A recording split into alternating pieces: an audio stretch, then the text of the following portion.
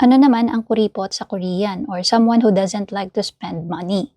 So, dalawa po yung term na ginagamit ng mga Koreans. Isa para sa lalaki, isa para sa babae.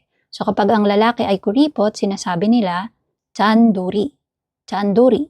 Pag babae naman ang kuripot, sinasabi nila, chansuni. Chansuni. Examples? Sobrang kuripot mo, ni kape ayaw mo kong bilhan. No, 너무 짠돌이야. 커피 한 잔도 안 사줘? No, 너무 짠돌이야. 커피 한 잔도 안 사줘? Naku, kuripot talaga yan. Nagsha-shopping lang yan pag sale. 쟤는 진짜 찬손이야.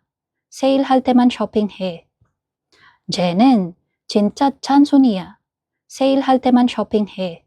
Gamitin natin sa dialogue. Uy, ikaw manlilibre ng lunch, di ba? 야, 점심 네가 사는 거 맞지? 야, 점심 네가 사는 거 맞지?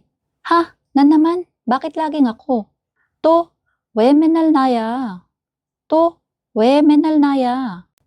Eh di para hindi ka matawag na kuripot, gumastos ka naman ngayon.